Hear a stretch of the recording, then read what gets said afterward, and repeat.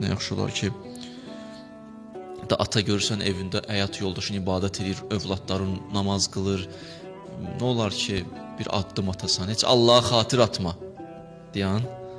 O şərabı elə dinən ki, yaxşıdır, ailən belə əziyyət çəkir. Övladın belə əziyyət çəkir. Belə buna görə at sonda əcrüm var, narahat olma, hədis oxumuşam. Sonra da get-gedə həyatı və Allahı ilahiləşdirərsən, qəşəngləşdirərsən.